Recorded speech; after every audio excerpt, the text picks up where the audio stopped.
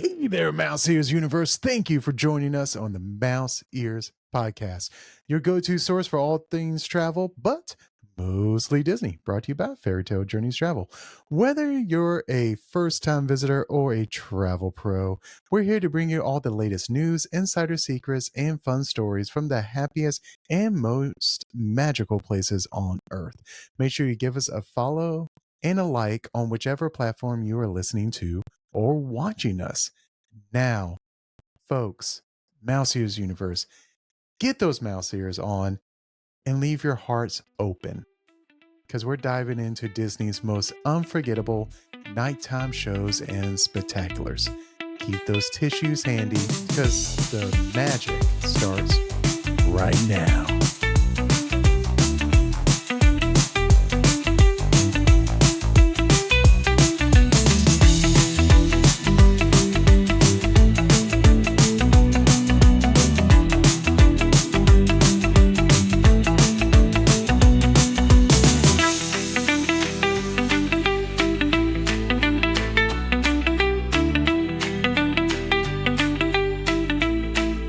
Hey everyone, welcome back to the Mouse Ears Podcast. I am one of your wonderful hosts, Brooks, and with me tonight we have, I feel like it's the OG, the original host. Jenny unfortunately could not be with us tonight. We miss her. She is still OG in our hearts. But with us tonight we have Kelton in the great state of Texas. Kelton, how are you doing? What's going on, Brooks? How are you? I'm doing well. How are you? I'm happy to be back after traveling last week. Mm-hmm. Like you said, it's going to be a really just heart-wrenching show tonight. I know it's going to be like our manly God Nights episodes. Guys night. Yeah. Guys That Night, was a good yeah. And joining us on this wild ride, because I feel like we're already going a little bit off. It's a typical Mouse Ears episode, train wreck galore. We have Steph over there in the Flow Rider. Steph, how are you doing? Good. Happy to be back since I missed last week from being sick. Still recovering, but I did not want to miss this episode. I'll be honest. I mean, yes. Frankly, I don't want to miss any episode, but I don't want to miss this one. Yeah. Yeah, because I mean, what was that? I started going on a rant. Yeah. And it just, that is my train wreck.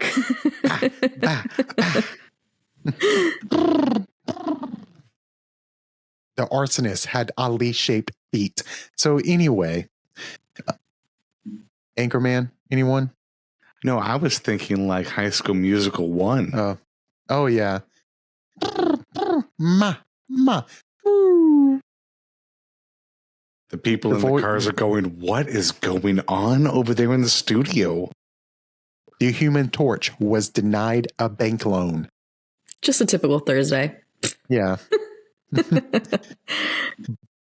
So we're not talking about vocal exercises tonight, but what we are talking about are the nighttime shows that are available at all of the Disney parks. We're not just focusing on Walt Disney World. We're not just focusing on Disneyland. We're talking about all the Disney parks. But before we get into tonight's episode, we have trivia. And we did not discuss who was doing trivia before we did this. So whoever's doing trivia, take it away. I'll take it for this one. Okay. So as always, today's trivia question is brought to you by Fairy Tale Journeys Travel.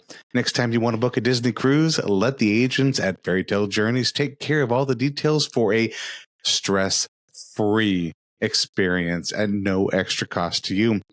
When you book with them, not only do you get expert advice, but you can also receive, get this people, up to $1,000 of onboard credit. This offer is exclusive to bookings made with FTJ. So contact them today and let them know that the OGs here in the Mouse Ears Podcast have sent you to enjoy a magical Disney cruise getaway. And just in MEP style, I am switching it up.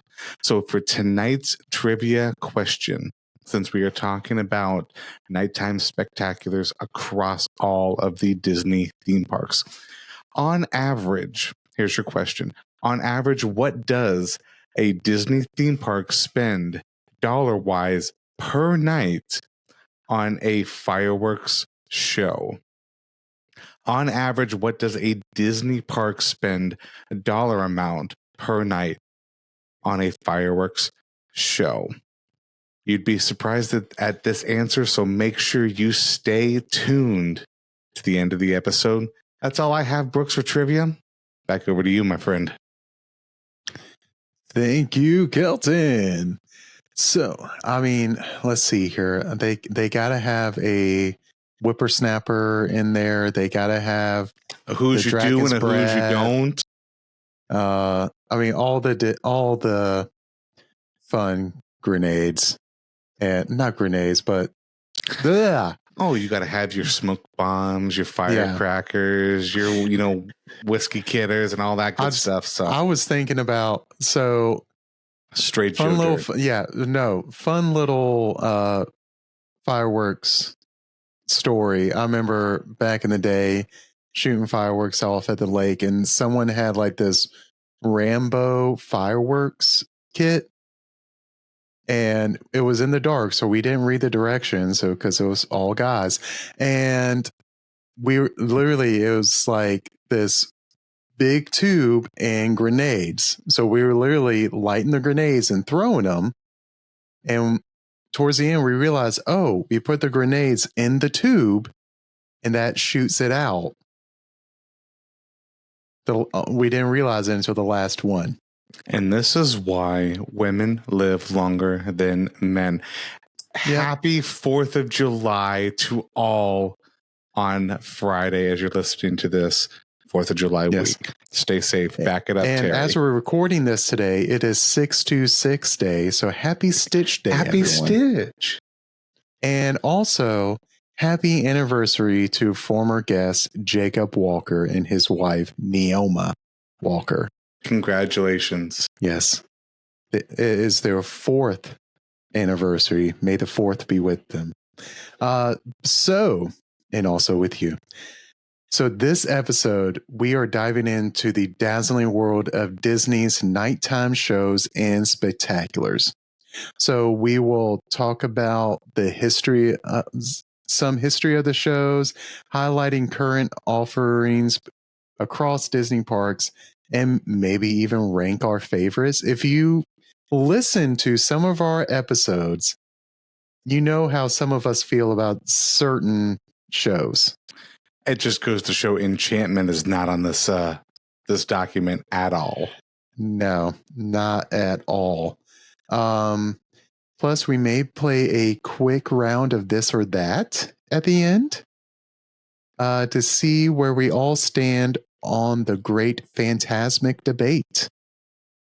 So, as we go in, we're going to talk about, I think we're going to talk about first, why are these nighttime shows so special? Why they're so magical? So I'm glad you asked the question because I was worried you weren't going to. I think a lot of it has to do with storytelling. It's very simple at that point. Mm-hmm. And then also it's really yanking the chains of us kind of millennials, maybe the younger Gen Xers, when it comes to the stuff that we grew up on. I mean, look at it.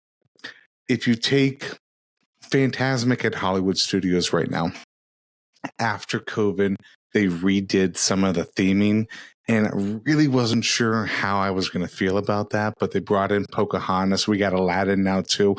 It's a lot of the stuff that we grew up on watching as kids. Like that is just our era. And Walt was all into, really telling a heart-throbbing story. So I think that has a lot to do with it.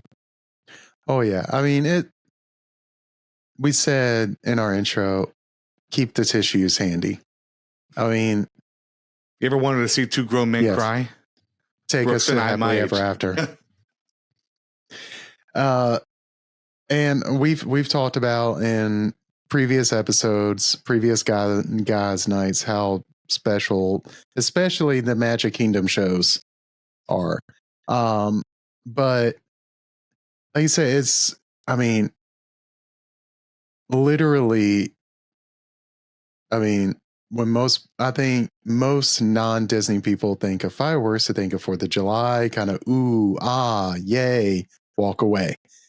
But literally, Disney adults, when they think of fireworks, they think of, Kelton, you said it, the storytelling, like how these Imagineers can just create to quote Aladdin, a whole new world with the projections, the lighting, the fireworks, the audio, like everything. It takes you into that place, and I feel like you can relate to it no matter what stage in life that you're in. I remember the first time watching the fireworks and how special it was being there with my mom and us finally doing the Disney trip we had always talked about. Going back later with my wife and sharing that with her. And then just recently in the last couple of years, being able to share that with my daughter. And like, we even went live on TikTok at that time, and I shared it with y'all as well. Ellie's first, like, we finally did Happily Ever After with Ellie. And like, I'm hoping eventually, like, being there when she can first remember it. And like, and I can't wait till we're all there physically together watching the fireworks. One day. Yes. So one day. Steph, what about you? She's busy typing in the background for a document. She's speechless. I mean, she's speechless. She's speechless for the fireworks. Honestly, Kelton, you said it before, it's part of the storytelling, but you know, Disney's grand. It's more than just magical. It's memorable. And the fact that they thought about, you know, literally ending your park day with a bang, and I mean a firework bang, you know, it really is just, it's bittersweet because you're like thinking, oh my gosh, it's the end of the day. I don't want to leave. Like, I'm so sad. Like, to this day, I can't leave the park without verbalizing, I don't want to go, right? But it's also sweet because nothing like punches my heart in the same way that some of these, you know, shows really does. And other than Enchantment, don't come at me. I just feel like the shows at Magic Kingdom to wrap up the night have always been just like, you're ending your day on a high no matter what. So, and I, you know, I got spoiled, and I got, I don't know what the word is. Spoiled is the only one I can think about, but no other fireworks in the entirety of the world, in my opinion, ever matches like local 4th of July or local New Year's Eve. No, none of that. Like, there's been times where I'm just like, I'm laying down at the beach and I'm like, oh, that's it. Like 2 minutes of just random pew, pew, pew. And I'm used to my 18-minute long show on Main Street, USA. You got Jiminy Cricket talking to you and just like telling you about wishing and the fireworks and the kids singing. Yes, I'm making a reference to Wishes, R.I.P. But it's true. I mean, and they do it every night. Every night. And I never get tired of it. And the fact, right. But the fact that they can do this time and time again, it really is timeless. It's beautiful.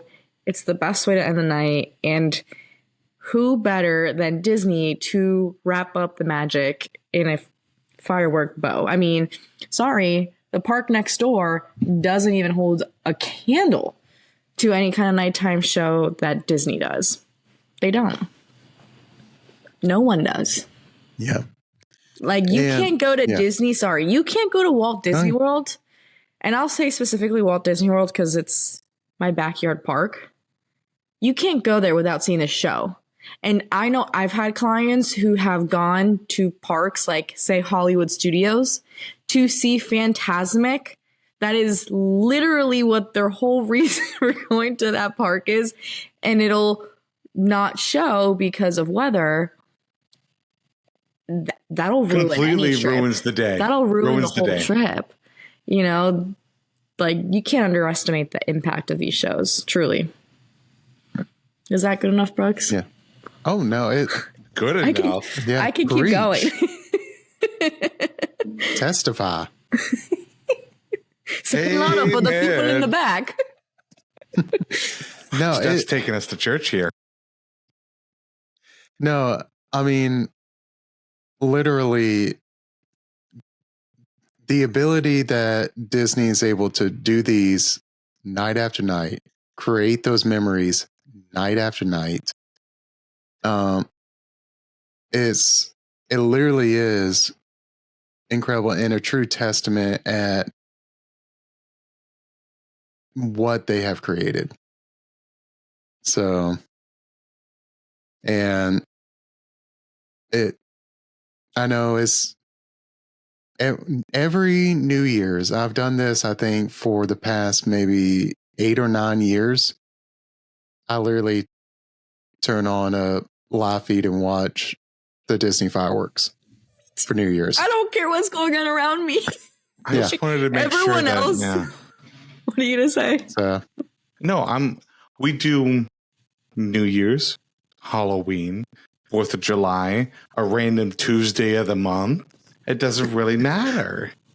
I mean, we are yes. Yes. Oh, I am that person where everyone in the room is watching the New York ball drop, and I'm on my phone like, shh, fireworks. 10, 9, 8. That's exactly what I'm watching. And you just hear Mickey, Minnie, and all friends like doing the different. No. I do not even like in comparison. Yes, they do a great job in New York City. Yes, I've had the pleasure of being there in person. So for all of you that want to come at me, I've been there. Disney, it's just Disney. Yeah, and that's every day. No. And I will say this too. Like we jest about Enchantment. I'll take Enchantment over almost any non-Disney fireworks show any day. Enchantment is really starting to grow on me 2 years later. So, and that's saying like, and I'll say that like the one of the best non-Disney fireworks shows I've ever seen has been in my neighborhood. There's a couple in our neighborhood that, I mean, they go all out. I think that I've heard that they've spent upwards of almost $10,000 on fireworks, and it's like a 30-minute fireworks show. Yeah, it goes on for a while. But at the same time, I'm like, I'll watch my Disney fireworks.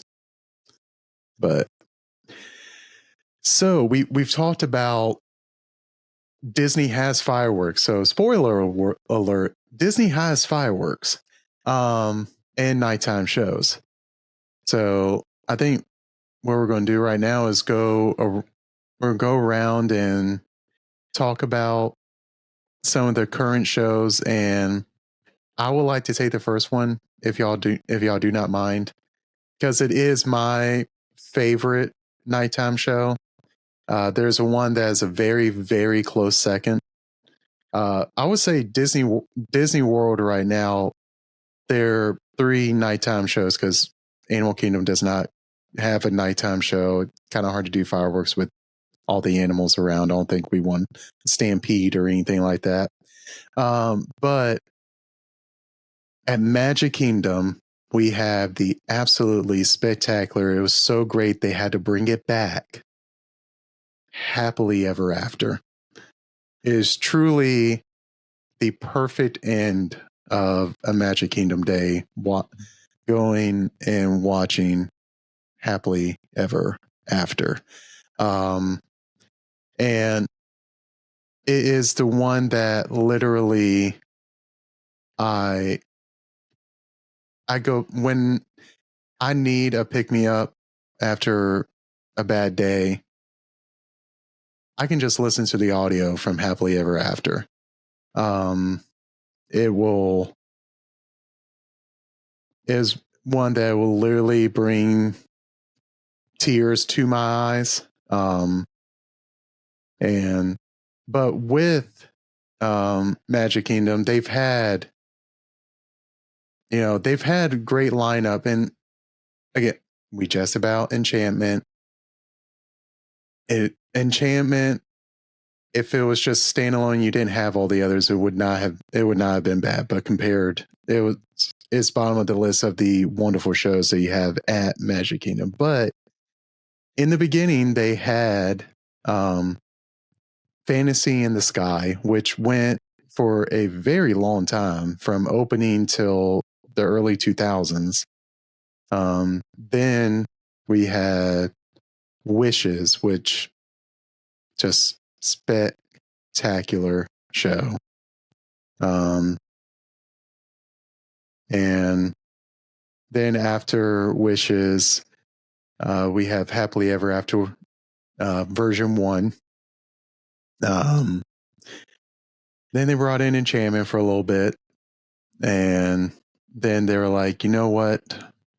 We need to give the people what they want. We'll bring back Happily Ever After Part 2, and that is what we currently have right now. This is going to be a fairly long episode. I feel like talking about all of them, so I'm not going to go into the audio. But because especially I don't want to cry for the rest of the episode. But with Happily Ever After, just the song, I mean, Jordan Fisher brings the heart, brings the soul, and he's so good. I can't think of the other woman's name. It's like Angelica or Angela something. I can't really remember. I've never heard her on anything else but the Happily Ever After song. But it is incredible. I mean, you can feel that he is just singing with his soul. I feel both of them. I feel like they really are connecting with the words. You can tell that Jordan Fisher is a diehard Disney adult, just like us. Just with the vocal expertise. Oh yeah, I mean, I think Jordan Fisher, I don't like the Disney stars when they would get all of them together to sing certain songs, and it's like you had one generation of Disney Channel stars where you had like Selena Gomez, Miley Cyrus. And, I mean, all these, I feel like heavy hitters, Demi Lovato, like all them. And then you had like the next generation, which Jordan Fisher was in there. And they're singing, "Do You Want to Build a Snowman?" Which the funny thing is, Sabrina Carpenter is in that song too. And Jordan Fisher just all of a sudden takes it over. Like you can tell he's just like, why aren't they giving me? It's like, give me a good line. And he, like when they're all singing together, he just takes over. And it's like, yeah, this man loves Disney. So, but yeah, Happily Ever After, and it doesn't feel too long. Like I feel like all the nighttime shows are pretty perfectly paced. Like you're never like, oh man, that could have maybe ended a couple of minutes earlier. Like all of them is like, just give me 5 more minutes. 5 more minutes, come on. But I could spend a whole episode, which I think I have spent a whole episode talking about happily ever after. But there are other shows, and next I think we're going to head over to Hollywood Studios with our correspondent Kelton. Kelton, how are things over there at Hollywood Studios? Brooks, let's talk about Hollywood Studios here, okay? Here's what we're thinking for nighttime No, I'm okay. But really though, Hollywood Studios, people always thought, well, it's just a half-day park. Wrong, folks, wrong. It is not a half-day park. You spend the entire day there. And I'm going to tell you why. We have to go back to 1992. Yes, I was 1 year old at this point, aging myself here just a little bit. But the history of the wonderful Fantasmic. It doesn't start in Hollywood Studios. In 1992, it actually started over in Disneyland in Anaheim, California, where it was kind of created to reinvigorate the Rivers of America area over at Disneyland, which, because of the popular success of the show, Disney was like, hey, we're going to bring it to the East Coast.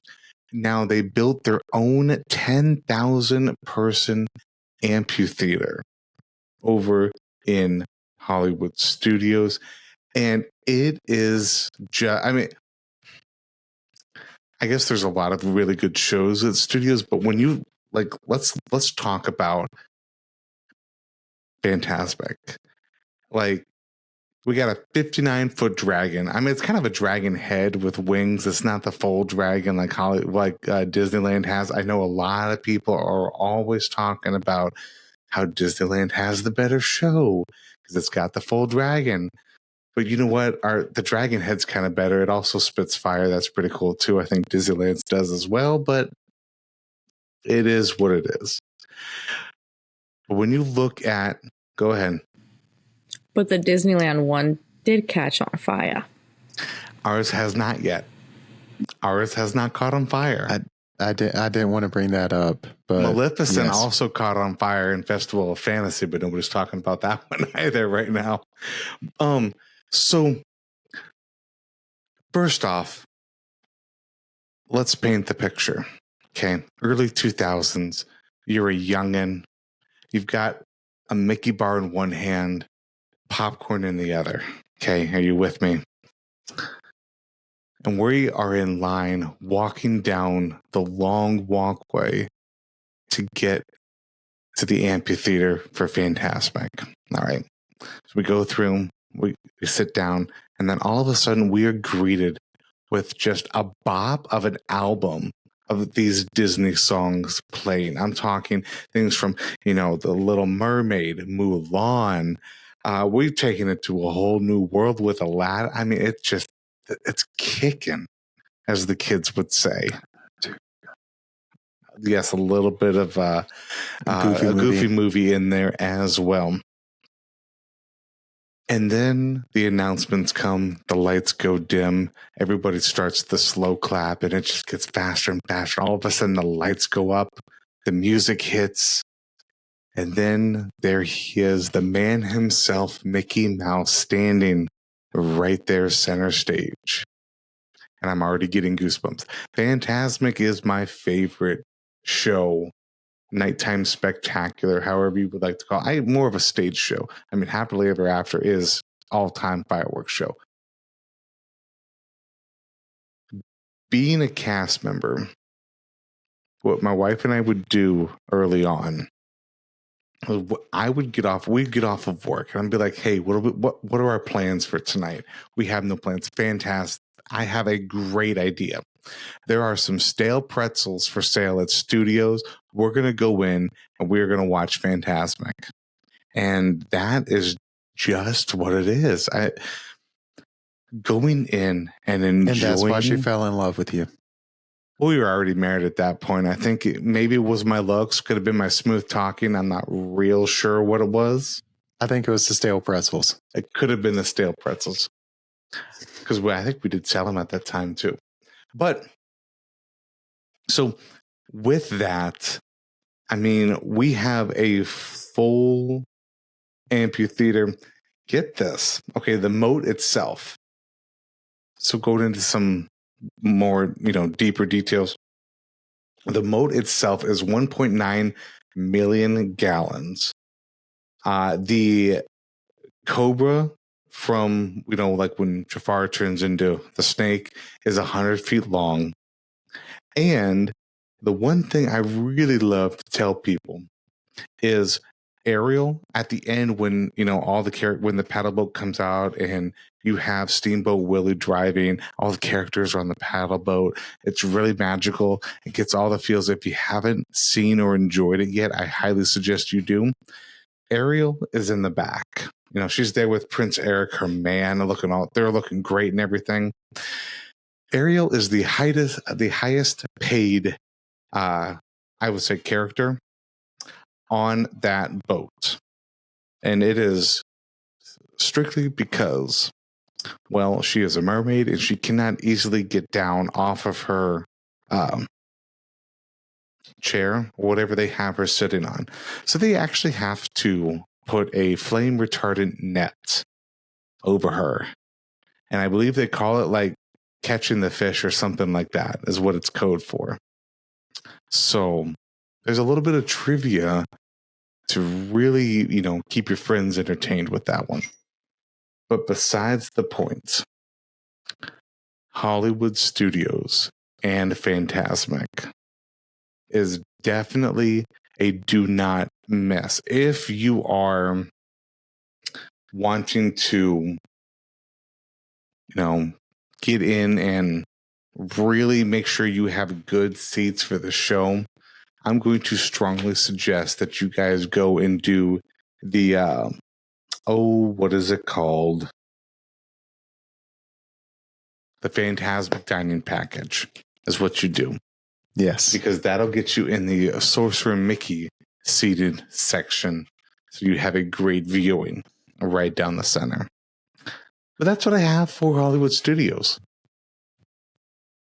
Yeah, I mean, Fantasmic is a fantastic show. I was really bummed whenever we were all down there in February and it got rained out. That was horrible. That was depressing. Yeah. That was, and we were waiting for a while, and it wasn't like we didn't see any. We saw like the first 5 minutes, and then it was just stop. Yeah. And you're like, what? Yeah, you're right. Tease. Yeah. But I know if Jen was here, she would also be raving to the ends of the earth about Fantasmic, because I know my girl is obsessed since she used to be a former cast member for Fantasmic as well. Hold on. There's no such thing as a former cast member. You're a cast member. A cast member for life. Cast member for life. Well, she even has a magic band dedicated to Fantasmic. And her and I bonded heavily when we first met over our love of Fantasmic. And, it's a little daunting when you're going on a trip with people you don't really know. And her and I, and obviously the rest of the girls were a little girl group, we bonded over tears. I was so worried that these girls were going to judge me for being at Fantasmic and just, full on waterworks. No. I looked over and we were all in the same state, just unleashing. And that's how you knew that it's a friendship for life. Exactly. No, it's Fantasmic has withstood. I'm gonna say it's withstood. Withstood, yep. Thank you. The test of time. All they've done is like added to it, but the general concept has always remained the same, and it has never, ever, to my knowledge at least, been, requested to change, criticized. I mean, it is phenomenal from start to finish. I do want to say when when it came back after COVID, a lot of people were very concerned on what they were going to do because they did talk about doing an update to Fantasmic. So I remember sitting on the couch with Casey as we were watching it live. Somebody was streaming it. We were watching it live. And at the end, I turned to her and I said, it was not as horrible as I thought it was going to be. You see, like, the fact that they added Elsa from Frozen and Moana from Moana, I really thought that they implemented them seamlessly. And I love Moana on the water. They added some of the newer movies to keep, the younger Gen Z, the Gen Alphas there. But also we have Aladdin and Pocahontas, not Aladdin and Mulan, in there for us older millennials, younger Gen Xers who, still hold on to things like that. It's just great. Even the playlist Absolutely. When you're waiting. Bangers. Just bangers. It slaps. Mm-hmm. Totally slaps. Mm-hmm. So anyways, don't miss out on Fantasmic. And if it rains, book yourself another trip. You just can't. You just can't miss it. You just have to go back. Yeah. Anything else you guys want to add about Fantasmic other than it's fantastic? No. I mean, we could spend all episode talking. I feel like we could spend all episode really talking about each any of one. These. Yeah. Maybe one day we'll do a series. Yes, please. But we got to move on to Epcot. Yeah. Epcot. Dun, dun, dun. Okay, guys.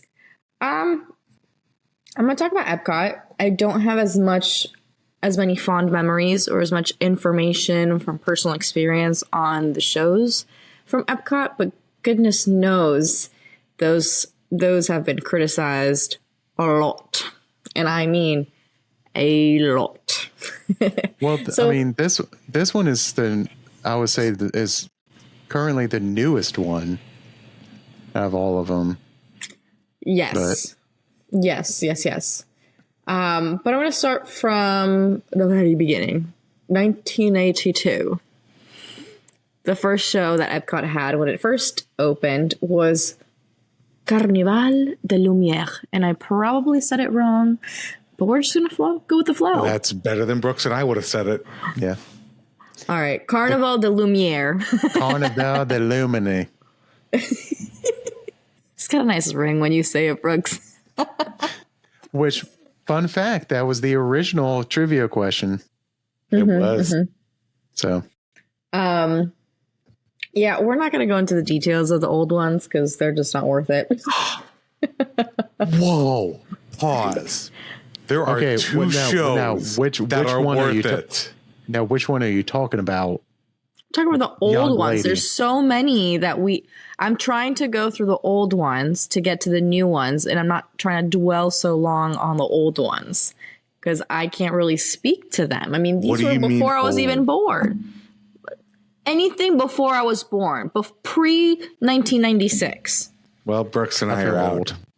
Well, in this moment, pre-1996, I can't talk about it, guys. If you have anything to chip in, go for it. I didn't go to Disney till 2004, so I got nothing. I got nothing. You see, we got nothing. All right. Number 2, okay, so in 1983, Epcot then transitioned over to A New World Fantasy. Don't know what that's about, but it does sound better than its previous name. So I'm sure it was an upgrade. Third show, which debuted in 1984. Clearly the one before didn't last that long. This one's called Laserphonic Fantasy. Sounds fun. Sounds like a lot of lasers. We're going to move on. Number 4. Also didn't last too long. Actually, that's a lie. Illuminations in 1988. The original Illuminations. Not Reflections of Earth. Exactly. So Illuminations, the OG, was from 1988 to 1996. Hello. Still didn't get to see it. But that was fun, I think. Because now we're approaching Steph's era here, okay, people? So if you were before 1996, she said she didn't care about any of us. Nothing. I want to hear your experience about the shows pre-1996 she doesn't care about your Goosebumps. She doesn't care about your Tamagotchis. She doesn't care about your slap bracelets. Don't worry about it. Digimon? Anybody have Digimon? Your yo-yos. Oh, yeah. Pogs. Walk of the dogs. My favorite was Rocket Pocket, where you throw it up in the air and catch it in your pocket. Okay, not everybody's that big of a nerd. All right, so yo-yos were big in my school. I mean, yo-yos are still a thing, so yeah. Okay. So, we wanted to Illumination. Yeah. I was gonna say, yeah. So show number 5 at Epcot. Clearly, Epcot shows don't have a good track record. I think they need a little bit more work because they go through shows very often. Like colleges go through coaches now. All right. A $5 million buyout. Train wreck. Okay, show number 5, Illuminations 25, aka 2.0. That one ran from 1996 to 1999. It was just a enhanced show of the original one, but clearly this one was doing better since they kind of kept it for a little longer than just 2 years or one. Then we go into number 6, rendition 6, Illuminations Reflections of Earth, which ran from 1999 to 2019. Wow. Do you want to talk about it? There. That soundtrack, top notch. Goosebumps. When the globe would go out on the water and the orchestra would really like ramp up and then all the fireworks start and the lasers and man, I'm getting goosebumps. Well, it was a Burkhart Project favorite. Well, Shout out to Peter Burkhart. Shout out. I'm sorry. You're fine. I was just going to say that this was actually the longest running show at Epcot to date. This version, not any of the other 2s. But yes, this one created a pretty big fandom since it was around for quite a bit of time, 20 years.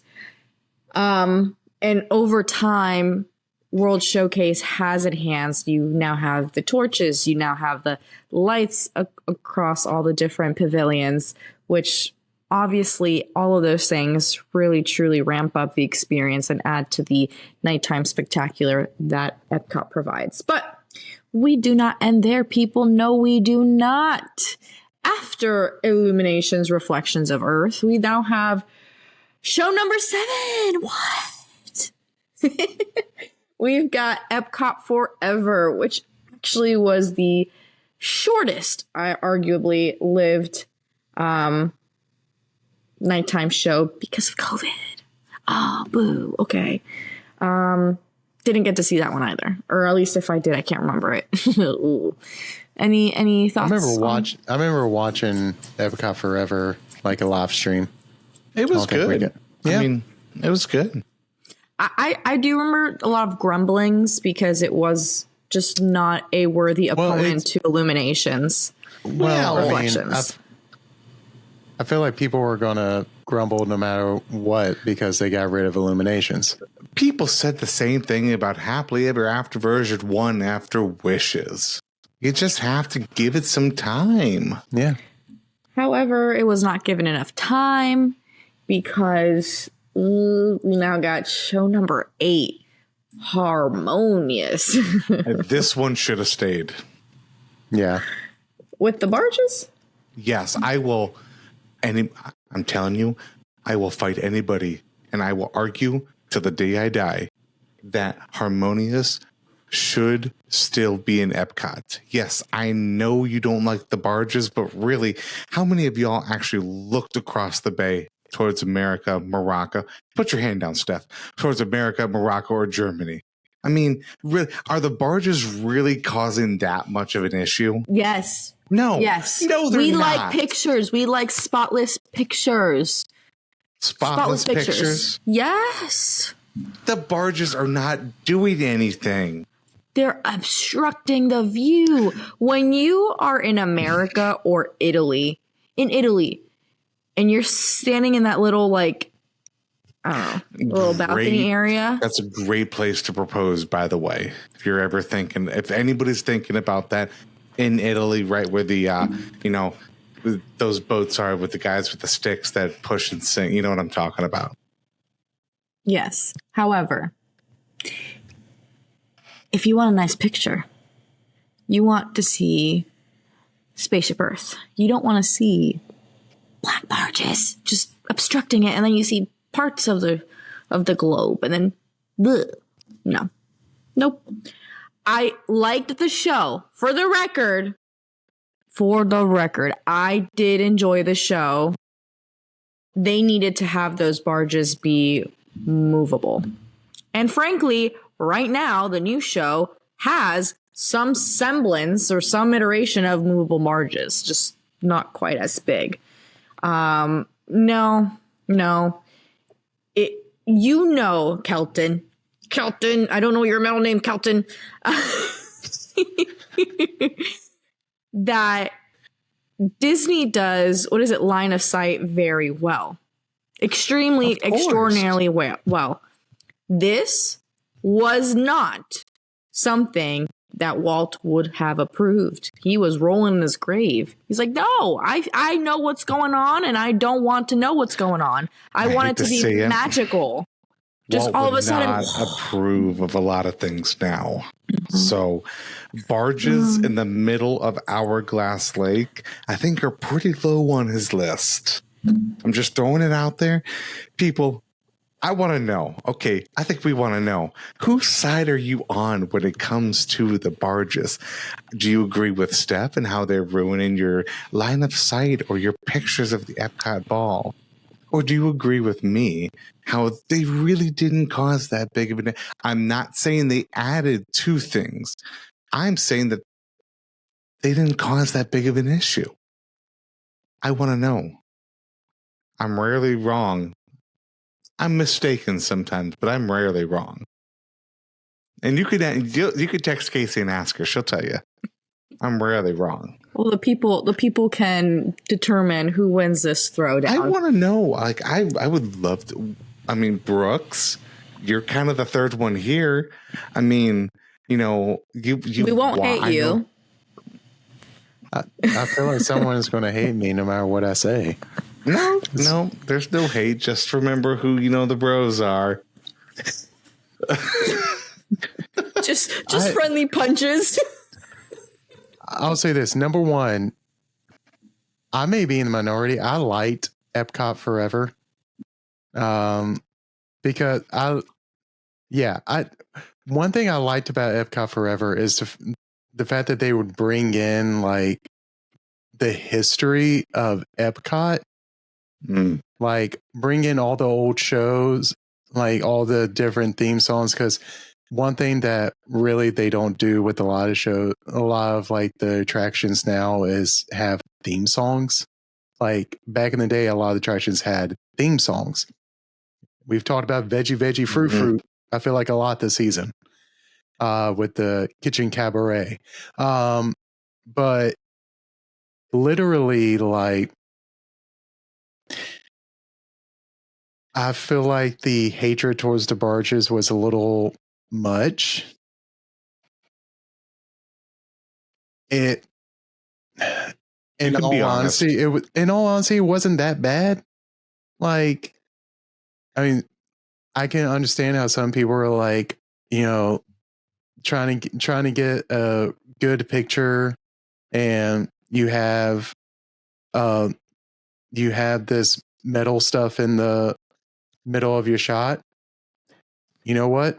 Go and in Japan, go up to the second story where the at the restaurant, you get a much better view of Spaceship Earth.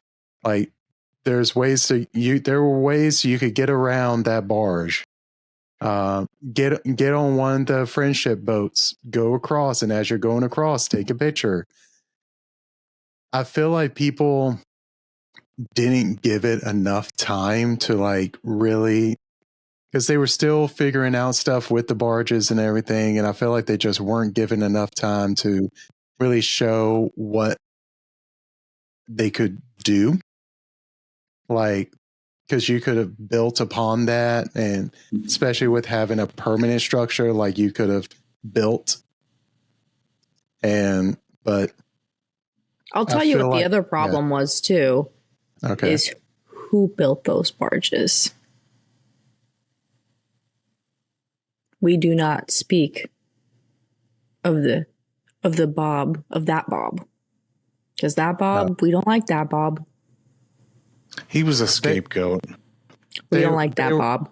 That was in production before him. Maybe so, but we're going to still blame that Bob. And everything that came with that Bob was criticized. Coming from working for multiple large companies in my lifetime, things just don't automatically go into place. So yes, I'm sorry, guys. I'm saying all the stuff that, we blame Bob Chapek for was Bob Iger's idea. Yeah, I'll say it. I'm sorry. I'm telling you. If you work for a large company, it takes time to put new policies and procedures into place. So you can't tell me that all of a sudden we're going to go a flip of a switch. We're going to charge $25 for parking at your resort. And oh my gosh, it was Bob Chapek's idea. I'm telling you. I'm going to step down now because we have more to get to. Did you hear that? I'll just say this too. Everyone would criticize Eisner with all of his stuff, and now looking back, people are like, stuff wasn't that bad. My heart just broke like 2 minutes ago when Kelton started talking. I guess we're no longer friends after this. Not saying Bob Iger is a bad CEO for this company at all. I'm not. Bob Chapek was a scapegoat. That's all I'm going to say. I don't disagree with you, in all fairness. We'll see what Josh tomorrow has, because he's coming up into his time. This would be such a great after hours episode. Just the great debate. The Bob debate. Okay, anyways, moving on, because we're so off topic right now. After Harmonious, which lasted from 2021 to 2023, we got Epcot Forever Reprise. Basically just an updated version of Epcot Forever. That one did not last too long, 2023 to 2024, because now we have, drum roll please, not really, Luminous, the Symphony of Us. Do I like it? Show. Yes, I do. I'll be honest, the first time I watched it, didn't get the goosebumps, didn't cry, but it does grow on you. I know that they had a lot of issues. If you like to see a good video of Luminous, check out the Mouse Ears Podcast YouTube page. There is in 4K. In 4K, there's a wonderful shot. Unobstructed view. Dead center. Yes, it is a good show. It is, but so pre-show, all of us were listening to Happily Ever After just to kind of get, our emotions and feelings flowing for this one. And, as soon as you hear the trumpets, you are getting goosebumps. No. Yes, but, Luminous. So their soundtrack, so that whole show actually got delayed a little bit. They had some tech issues because they couldn't figure out what their theme song was going to be. Speculations, whatever. Bob Iger wasn't happy with the first rendition, and they had a few iterations of it. So eventually we got to what we have now. I really can't remember the song name. They're good, but it's not one of those songs where it's like memorable, where you're going to be listening to it on the car ride home and just continue weeping until you make it into bed. No, it's a good show. I definitely encourage people to watch it. But, I have clients who are doing, park hop. They tell me, which one should we watch? Epcot or Hollywood Studios? You don't miss Fantasmic. That's the answer. You don't. You don't miss Happily Ever After, and you don't miss Fantasmic. Do with it what you will. So, is it This is why you good need show? at least 2 days. Correct. It's still a good show. I think it's going to stay around for a while. It's very sweet that they incorporate the different languages for the different songs they use, depending on the different countries around, the World Showcase. Very, very inclusive. Beautiful, truly, what they can do with water projections and fireworks and lights and lasers. And then on top of that, like a honorable mention, if you will, there is actually a sort of show at the Ball of Spaceship Earth. They have a song and like some light work that they do, and I think they show it a few times each evening as well. So it's kind of like nice when people are leaving World Showcase and heading towards the parking lot, they can stop by Spaceship Earth and kind of see, what kind of light shows going on, the music, the fanfare, the oohs and the ahs. Very, very pretty. So that's Epcot for you. I also did want to do one more honorable mention here on the East Coast, and that is at Animal Kingdom. No, they do not have a show year-round. However, pre-daylight savings, when Animal Kingdom does close in the evening when it's dark out, they do have a show called Tree of Life Awakenings. And that is a projection onto the Tree of Life because, yes, at Animal Kingdom, we have live animals, and they don't include fireworks or drones or anything like that to not spook the animals. But for a good portion of the year, they do have this nighttime experience. And when night hits, they actually do this projection after dark and occurs approximately every 10 minutes until the park closes. So, just something neat, something that you can look forward to. It's not like a big hoorah. I know Animal Kingdom, we didn't really dive into Animal Kingdom much, but they used to have some great shows too. They used to have a water projection show. Yes, Kelton. Called A Jungle Book Alive with Magic. Is that what it was called? I remember watching it and I loved it. Oh, they had Rivers of Light. Oh, that's the one I saw. Rivers of Light was after Jungle Book Alive with Magic, but if you had to add anything, Jungle Book Alive with Magic was the way to go. Rivers of Light, not so much. I enjoyed it. I thought it was nice to have that because Animal Kingdom, other than that Tree of Life show, half of the year there's nothing else. So it's nice. But anyways, that concludes Walt Disney World. We need to speed it up, guys. I mean, I feel like these are the ones that we're very passionate about because these are the ones that we regularly go to. I can talk about the California ones since I've seen them all if you want, and I can be quick about it. Go for it. Okay. Yeah. So Disneyland Park has 2 nighttime shows, Fantasmic, which we talked about briefly, and Wondrous Journeys. Fantasmic over there, like Kelton said, people argue that it's a better show. That's subject to change because I don't necessarily feel that way, but I will get to that later. Gasp. I know. Wondrous People are Journeys. clutching their pearls. Wondrous Journeys, very sweet. It does emphasize Pixar animation.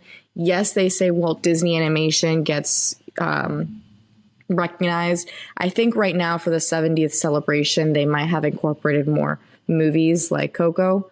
But when I saw it last year, it was very Pixar heavy. And even though it's very nice, it is nothing in comparison to what we have here at Magic Kingdom and with Happily Ever After. Mainly because you have to be at like Main Street to be able to see properly see projections and the fireworks, because otherwise their castle is extremely small. So I couldn't see anything without my glasses. And even with my glasses, I was struggling from Main Street. But then at Main Street, you're almost like looking to either side to see what the scenes are and missing some of the fireworks. So it's just a little bit unbalanced only because of the size of the castle. It's still magical, especially if you like Pixar. It's great. I'm more of a classic, Disney animation. So I like ours and nods to, Mulan and Pirates of the Caribbean and, even Tiana. But Fantasmic, it's great. It's longer. There's certain things that it does have there that we don't have here on the East Coast. However, what really, really plays a huge role into why I don't favor it is because you are standing watching it. And it is at the very end of the night. They have 2 shows, but I went at the very last one because, I was trying to get a good spot without it cutting my whole day. And, people with little kids tend to go to the earlier viewing. And by the end of the night, your feet are hurting so much. And the fact that you don't have anywhere to sit. And there's a lot of obstructions. So if you have like a dining or something, like a dining package, you get certain viewing areas and seatings without obstruction. But if you're otherwise, the layout is a little inconvenient. And that kind of just ruins it a little bit for me. It's not as widespread as like Magic Kingdom all through Main Street. So I think that's the only reason why I would prefer Fantasmic at Hollywood Studios. But anyways, that's Disneyland. California Adventure, they have World of Color, by far, bar none. Out of the 3 shows over in California, World of Color has my heart. I cannot wait to go back and see it again. It is phenomenal. Their water projections, their lasers, the music, the colors, it is captivating from the first moment. And this one's a little bit more open area. It's like it's a more open area for you to stand and sit or whatever. And so it's much more comfortable to watch and easier to get a better spot to see. Loved it. I always recommend my clients, like if you're going to park hop and you want my opinion as to what my favorite show was, I would say World of Color. It is beautiful. And again, it is different from anything that we have in Walt Disney World, the closest being Epcot, and it really is not even anything like Epcot. So it's very unique to California, and it's beautiful. That's World of Color. And I just want to honorable mention, all of these shows currently for the 70th anniversary have had like a revamp. So it's a slightly different version than what normally is there year round. We don't know how long it's going to last, if it's going to last until next summer or if it's staying for longer. But that is California. Yeah. Next. So, and then we'll briefly go over the international options. You have Disney Dreams over there in Paris. Drone show. Yes. Very cool drone show. Can't wait to see that one. Yes. Momentous over there in Hong Kong. Believe Dream, Sea of Dreams over there in Tokyo. Which that is a bucket list of mine. I want to go to Tokyo Disney and Tokyo Seas. But I mean, it again, we've talked about it before. The Disney does nighttime shows, right? Like they are a captivating. Perfect. Yes. They're a perfect end of your day. Like if you don't get, the only time I've ever really left disappointed leaving a Disney park is when I don't get to see a show at the end of the night. I feel like my day, Truth. like something is missing. And then it's just like, well, I guess I gotta go back. My last time at Hollywood Studios, I didn't get to see Fantasmic. I guess I gotta go back. Oh, so hard. Well, I mean, we have, And even when you do see it, you still want to go back and see it again. I missed that. I gotta go back so I can see it. Darn. But before we end our episode, we're going to do a little bit of this or that. So this is going to be rapid fire. Steph, Kelton, are you all ready? Yes. Okay. So, Steph, you got to come off mute. Yeah. We've talked about there's a great debate with Fantasmic between Disney World over Disneyland. If you had to pick, which one would you pick? Disney World. Disney World. Okay. So, Steph, you talked about World of Color having your heart.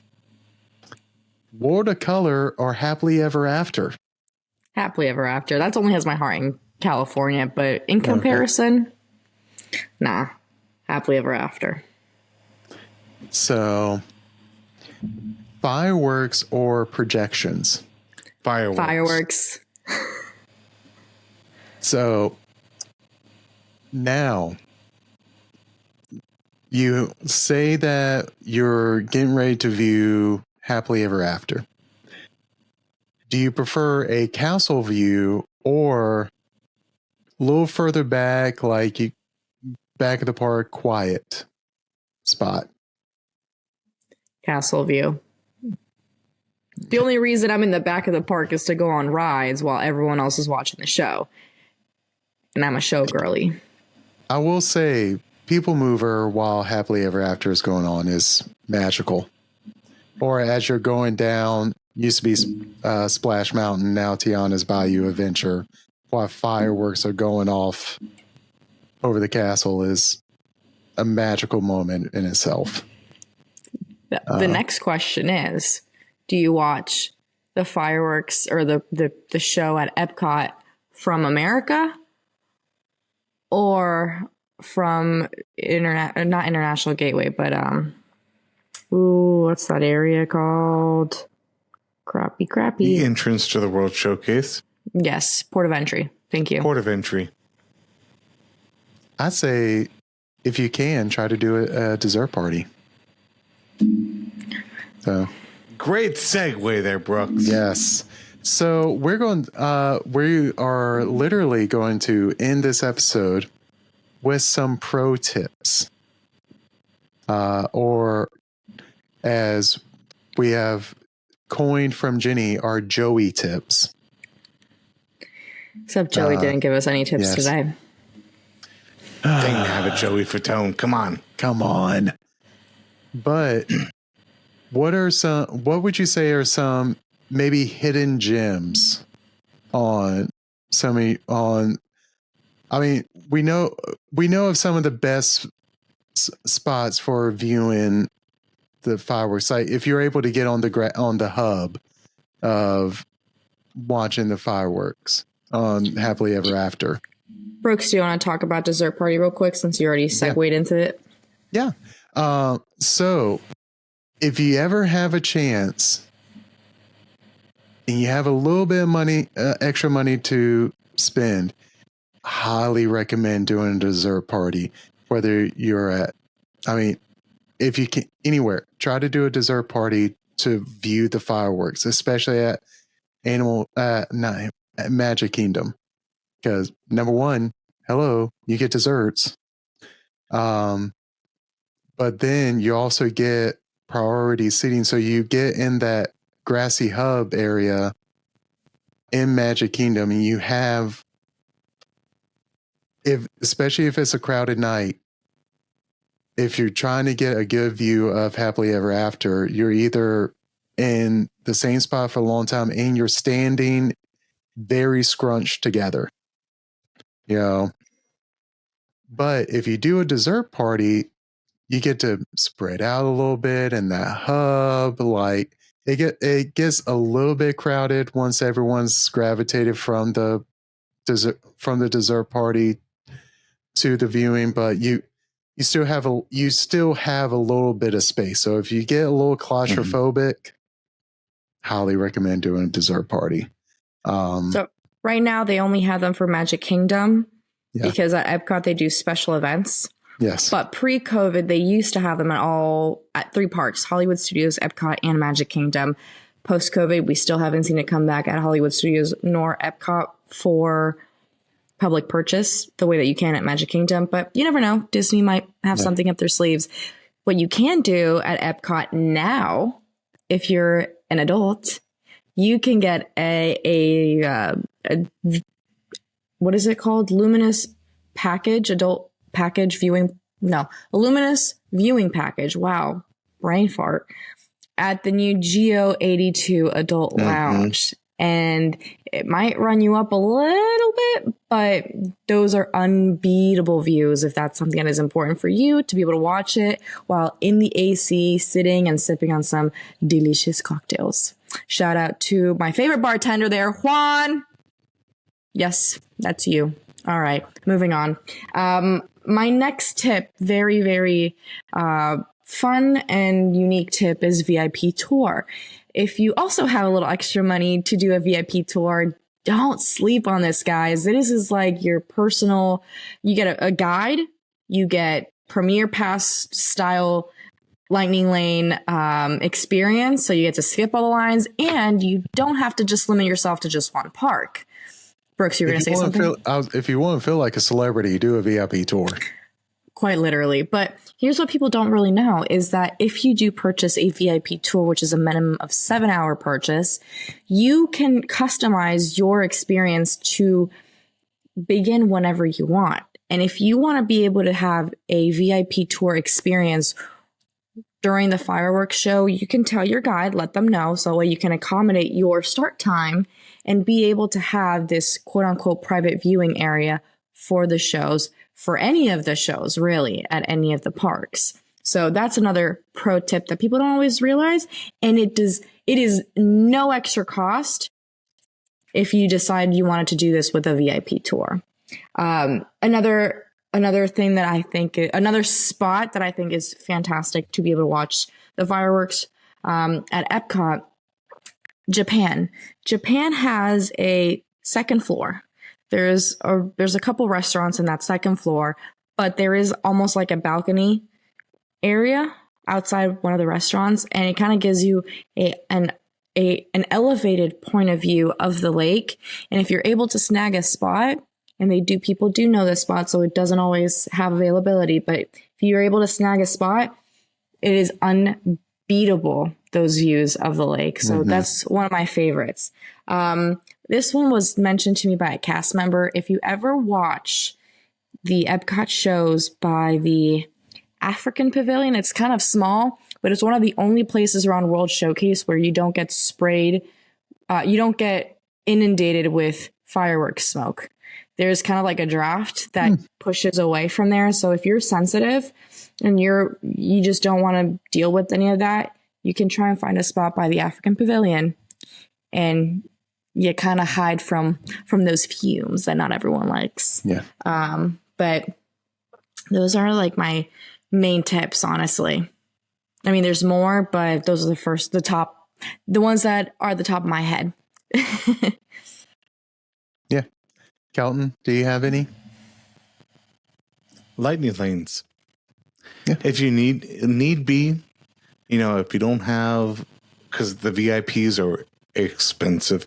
Sometimes the dessert parties can be expensive. If you can grab a lightning lane at the end, towards the end of your day for the viewing in the Magic Kingdom for Happily Ever After, strongly recommend it. For Fantasmic, you do have the dining package, which now I believe is just Hollywood. the Brown Derby in Hollywood Studios, and 50s Prime Time, and what's the third one? It's right there. Hollywood and Vine. Yep. Those are your 3 options for the Fantasmic dining package. Sci-fi. Thank you. 4th. I don't know if Woody's has it now that I think about it. I don't think it Woody's does not. Does not. But, nighttime shows. They really do make or break a trip. Break by, if you don't 100%. See it, I know families and people do cry if they can't see it. And it'll make it because it's just the best way. And for all of you guys listening out here, these are like your year-round shows. But what Disney does incredible is that if you have like a special experience, like right now you have a Disneyland on the 70th, they have other shows. They even have a nighttime parade and other things going on catered to that. Here in Walt Disney World, for Mickey's Very Merry and Mickey's Not So Scary Halloween Party, Disney has their own nighttime shows for that as well, which just elevates the whole experience to be able to see a different theme at the parks, or specifically Magic Kingdom or Hollywood Studios with Jollywood Nights. So there are plenty and then some for shows, fireworks, lasers, you name it. And Disney is always in the business of innovating and improving and coming up with new ideas. So, now's the best time to see these shows because you never know what's coming down the pipeline. And we all know there's a lot. So you don't want to miss out on these while they're still around. Yeah. Couldn't agree more. Exactly. Well, I think that just about does it for us talking about nighttime spectaculars. We did have a trivia question. Kelton, did you want to get the answer to the trivia? I do. So today's trivia question, brought to you by Fairy Tale Journeys Travel, was how much on average does Disney World or the Disney company in general spend on a fireworks show in US dollars? And your answer, shockingly, is the price of a good used car. I'm talking $20,000 to $30,000 per night. Less than what I thought, I'll tell you that much. Yeah. I mean, for what you get, I feel like it's a good deal. That's a great deal. Yes. Well, folks, that just about does it for this week's episode of the Mouse Ears Podcast. Don't forget to join our Mouse Ears Podcast Facebook discussion group and Facebook page. You can also join us on TikTok, X, and Instagram to stay up to date on all things travel, but mostly Disney. If you're interested in having a Fairy Tale Journeys agent book your next trip, visit fairytalejourneys.com and let them know that the podcast sent you. Lastly, if you enjoy our weekly episodes of the Mouse Ears Podcast, we would love for you to leave us a review wherever you listen to or watch us. Until the next episode, which we will have Trivia Night with Trivia Master Kelton. Thanks, everyone. Bye. Bye. Bye.